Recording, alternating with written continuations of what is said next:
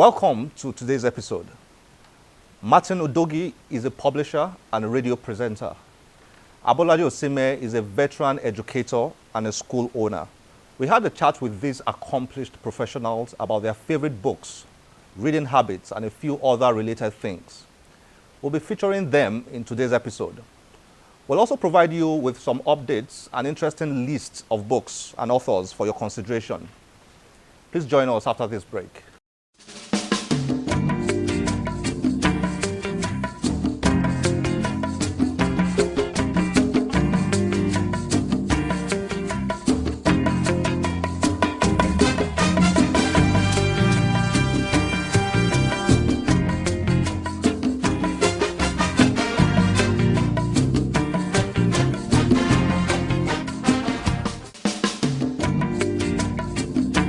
When it comes to marketing, what you want is unimportant. It is what your customer wants that matters. And what your customer wants is probably significantly different from what you think he wants. So that's something just tells you that, in marketing, a lot of us, in fact, in business, a lot of us set up business for the things we like.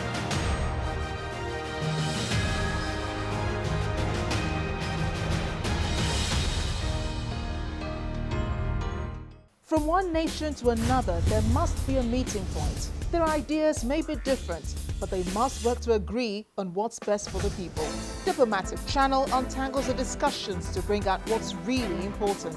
Because it is our world, and it's our right to know how their decisions affect us.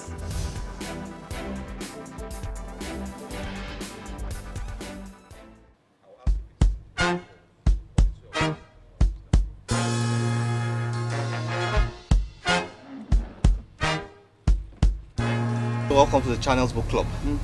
Thank you very much. What have you observed about the reading culture amongst young people? You've worked in the education sector for so many years, and you run a school. What have you observed about the reading culture amongst young Nigerians? Young Nigerians are not reading at all, and it's really sad. Really sad, and I think it's a fundamental problem with the educational system and the curriculum. It does not place enough emphasis on reading, and because reading is so critical, it's going to affect them all throughout their lives. So we find, because I have a sixth form, and I'm preparing students to go to university, and I'm finding that I'm having to actually put them in a room, sort of lock it up, not quite lock it up, but I put them in the room and I said, okay, now read. And that is critical. So that is not happening a lot in a lot of our schools. The children are not reading, and it's really, really quite worrisome. So a poor reading culture is indicative of a poor educational system? For sure, definitely. Because I say to them, they really can't relate the fact that they're not doing well in school to the fact that they're not studying. Studying is a habit. Reading is a habit. You form a habit very young. A child should be introduced to reading from the age of 2, 3. So as long as he can take the A, B, C, D, he needs to start reading. He has to be part of his habit. Then he forms the habit, then he takes his book. A lot of parents will tell you that they have to beg their children to study at home. And really it's not about cramming. The Nigerian educational system emphasizes rote learning.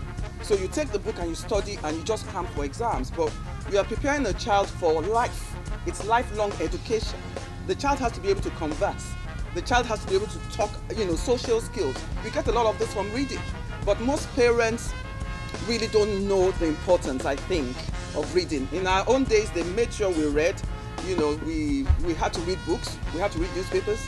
We had to get information. We had to be knowledgeable. But these days, you ask a question out of a textbook and you find that our children can't really answer. A lot of them. Some of them are quite good. Some of them are avid readers, but majority are just not. They don't see what's in the book. Really, they don't, and it's sad and it's worrisome. What do you think should be done to improve the reading culture amongst young people? What I've done in my school, I have some 11-year-olds that have joined me. So we have a reading hour. So we put them in a room because we just started a secondary school and said, look, what we had from other secondary schools, the products that were transferred to us to come and do the A-levels with us, we saw that there was a problem with the study. So we are getting it right now. And we're saying every child that's joining us from the age of 11 will be made to read at school. So every hour, at least once a day, we want to ensure that they have a book, not necessarily the textbook, because they have to be able to read wide, read fiction books, read other books, even management skills and all that, entrepreneurship. So we get them interested, and when they're interested in the book, they actually love it. I remember when my daughter was growing up and I kept saying read, but she didn't. I kept buying the books for her. Now she loves books, so she's on the plane, she's traveling, she's reading. You understand? My son is a little bit not quite a booky person, but I've tried my best to try and get them, reading. And my daughter has been reading, and it's improved her vocabulary, it's improved her spelling, it's improved her conversational skills, it's improved a lot. You learn a lot from reading. Reading is essential, it's so important.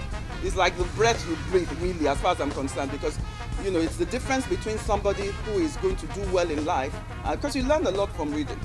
You have a lot of knowledge. You can stand your own anywhere in the world when people are talking. Because for me in business, I learn a lot of management skills from reading. There's so many things that you cannot learn in school.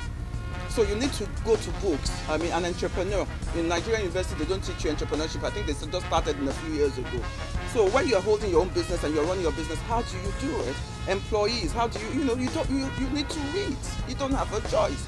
And that stands out the good business people or the best in class. You will see somebody who is doing well and getting A stars, you know that child has been studying.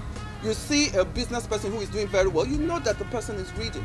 A lawyer who goes to court must research. We can't escape it. Every part of our life, we really need to improve our knowledge every day.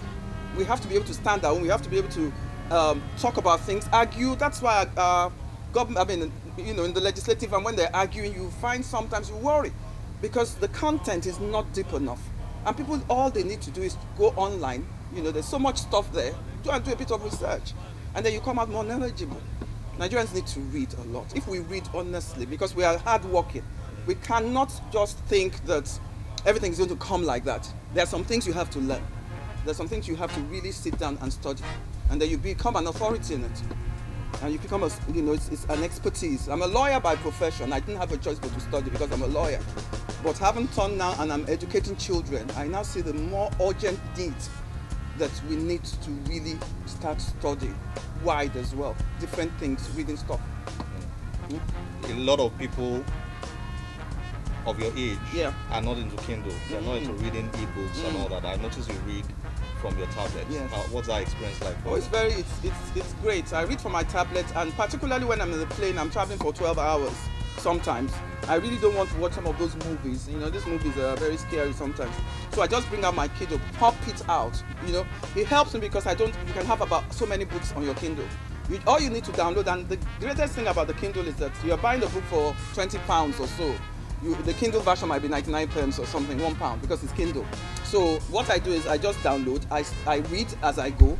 I'm looking at it, I'm jotting down on my iPad, so it helps. With the Kindle, you can do a lot of things. You have a notepad there, so you can read it, meditate on it, go back to it.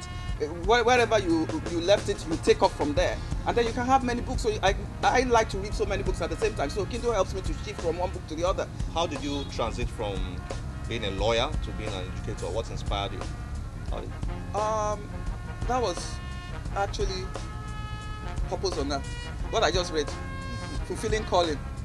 It was God that translated me into education, because education was certainly not where I was going to go at all. I like to work with children. I'm a lawyer, but I find that I like to work with children. I've loved children from day one. So the first thing, I've set up a lot of businesses before I actually ended up in education.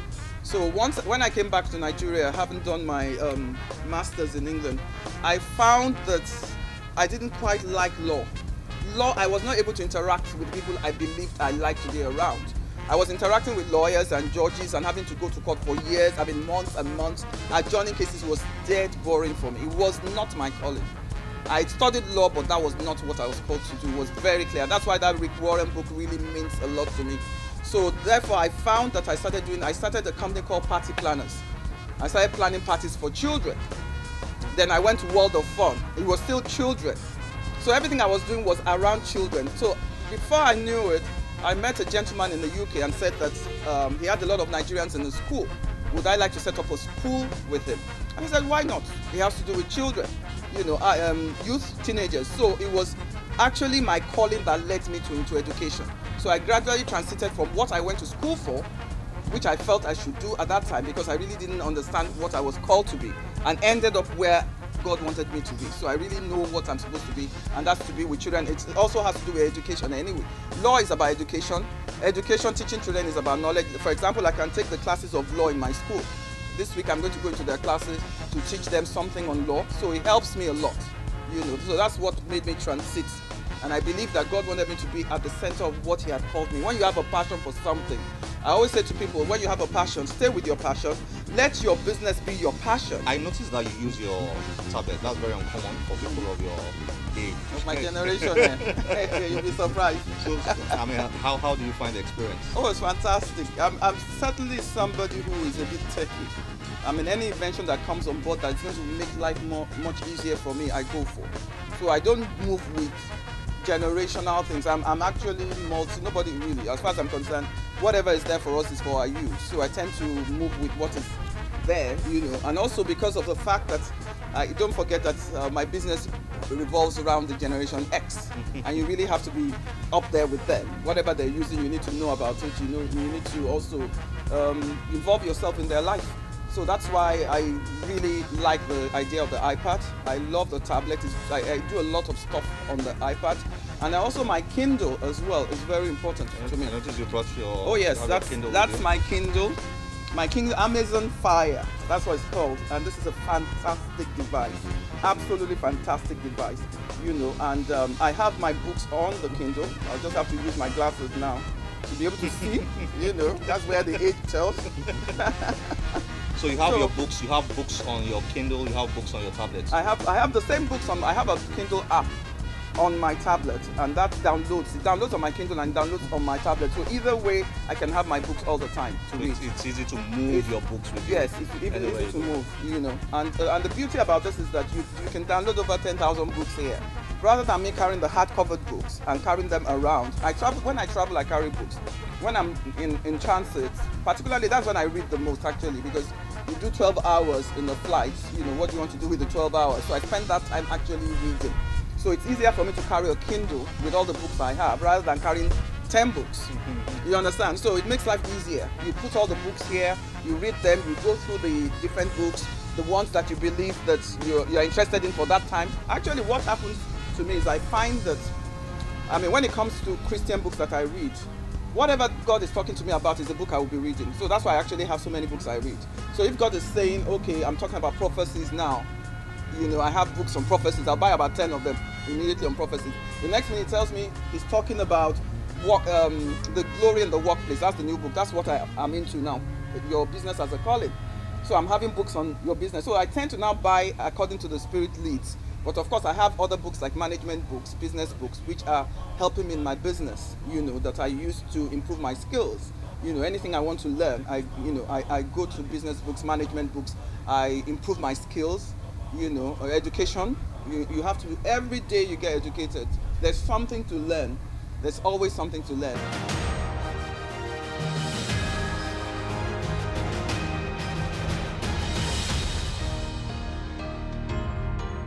We really need to start paying attention to Nigeria's creative writers. Nigeria boasts some of the greatest authors in African literature. The first person from an African country to win the Nobel Prize for Literature was Nigerian playwright and poet Wole Soyinka in 1986.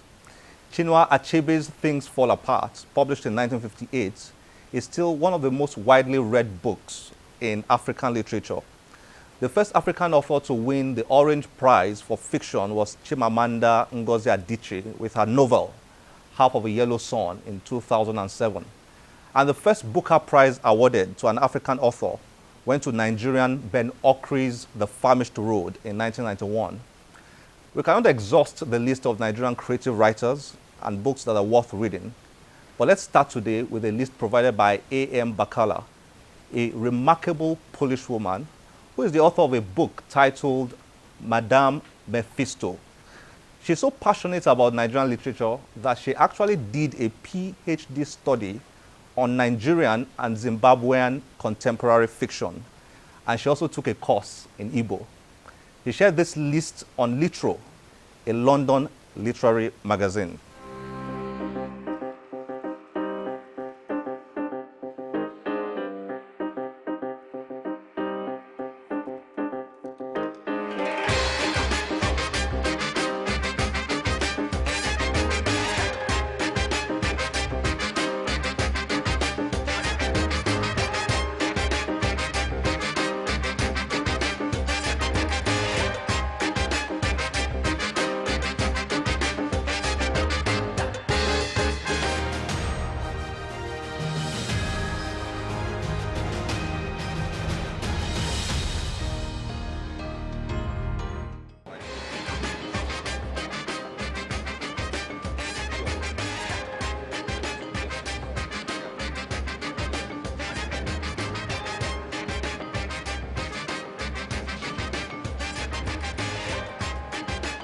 Thank you very much, Mr.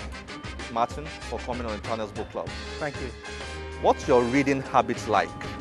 I read about 3 to 4 books every month, and I don't read them simultaneously. I just go from one. So on the average, I'll say I read about a book a week. Okay, and for me, what you might call an active reader. I'm not passive. So any book I read, like my current book, you see where I'll be making marks with my biro and pen, because I like to, when I read a book, I'm always looking for something. There's always something in that book. And therefore, I want to find that when I find anything of interest, I underline it, because there's always a situation for you to record that fact or that information. So that's where I read. How do you have enough time to read despite your very busy schedule? You can create time. For instance, I can wake up at night and read.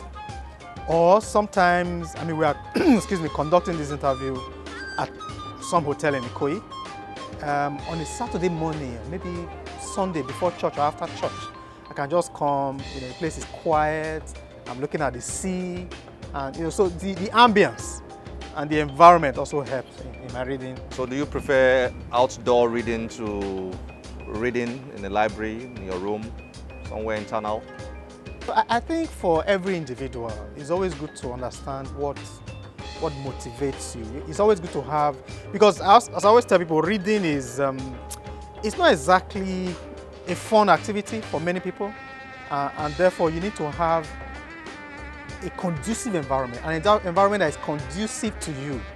So for me, sometimes a quiet environment might be, or even I might be in the office, maybe not in the office, but I can be somewhere at home, or or in the vehicle traveling or flying, and I just bring up my book is always like my companion. I've made it a companion. So if I'm bored, I read. If I'm happy, I read. So it's there.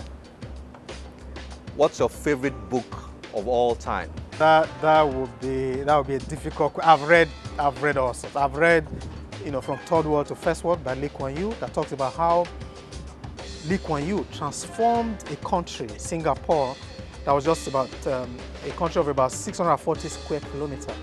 Small country. Now Lagos is 3,000 square kilometers. A country with about 3 million people. We are about 150 million people. What he did to transform that country. When I read that book, I was amazed, and I bought copies for so many people. I've read a book like Steve Jobs, his biography, and I was just impacted, by that book. I've read No Higher Honor by Condoleezza Rice. I've read all kinds of books. For me, there's always something in every book. Is there any Nigerian book that stands out for you? Unfortunately, I don't know why, I'm not really a fan of Nigerian literature. And the reason for that is I find Nigerian literature difficult to read in terms of the structure, in terms of, because the books I enjoy reading are books that have stories. There's a way you use stories to convey information. And I don't know why many authors kind of miss that point.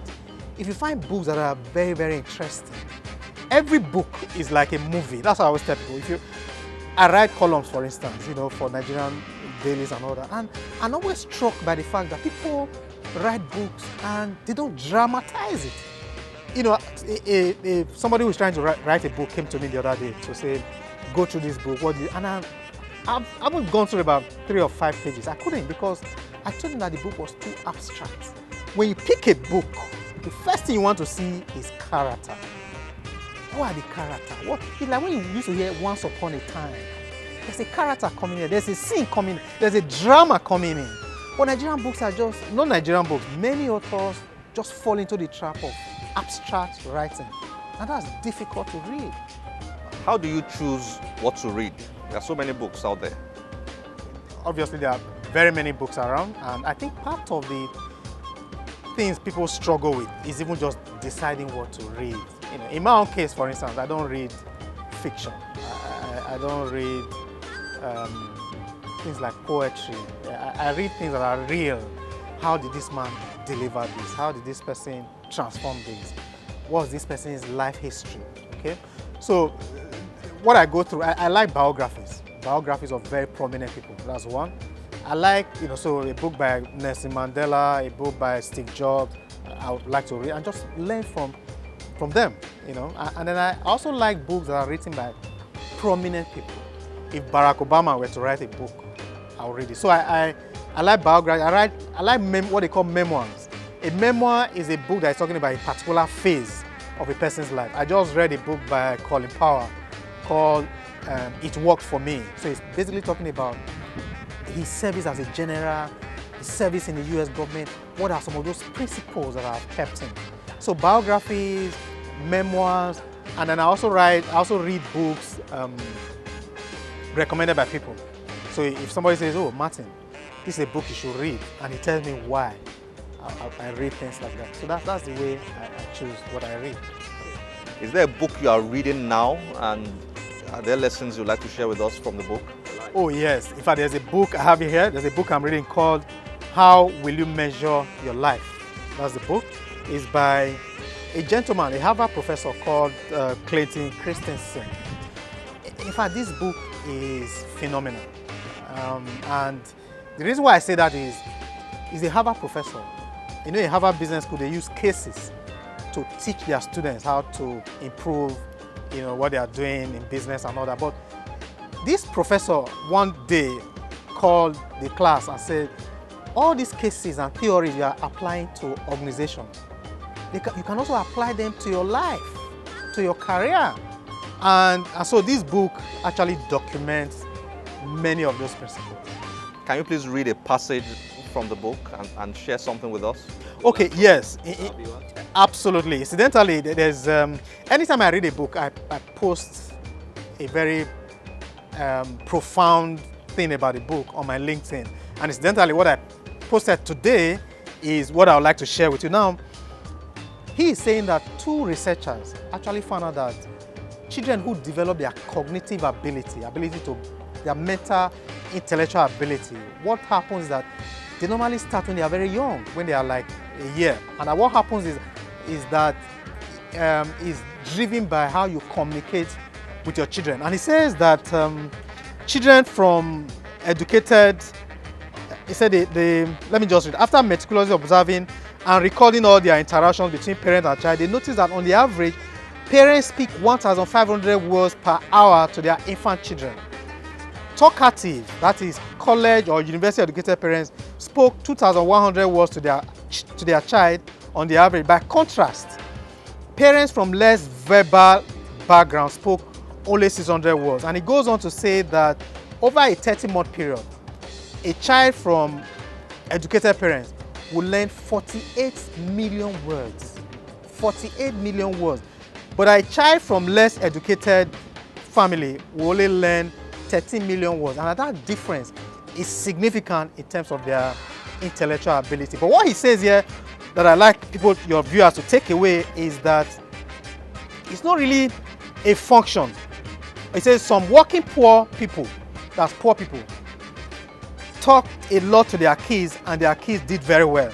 Some affluent business people talk very little to their kids and their kids did poorly. So when you are talking to your children, when they are still small, even when they cannot speak, and there's a way you talk to them, what do you think it will rain today?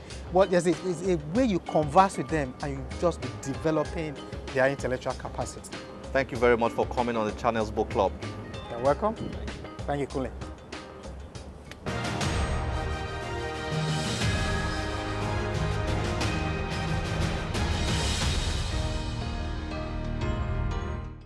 Many factors define your health. Some you can control, while others are simply beyond you. On Health News, we highlight all these factors and through medical experts provide information that will help you take informed decisions on healthy living, nutrition, and keeping fit. Get incisive health policy analysis. Health News, promoting good health.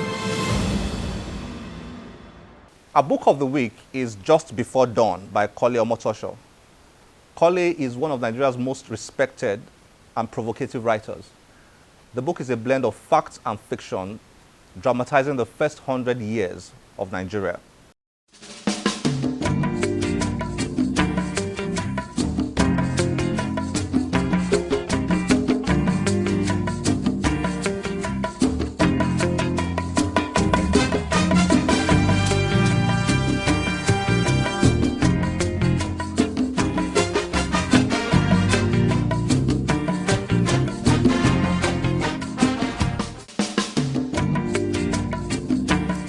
My name is Ego.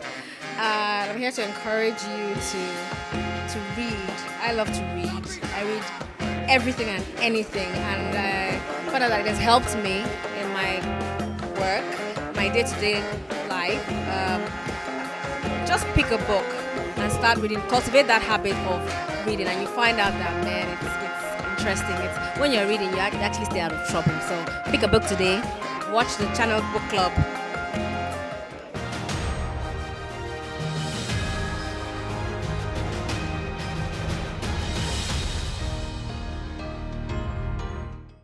Please remember to follow us on Twitter, visit our Facebook page, and check our past episodes out on YouTube. You can also watch the Channels Book Club real-time online at m.channelsweb.com. My name is Olakunle Kasumo. Remember, one great book can change your life. Bye-bye.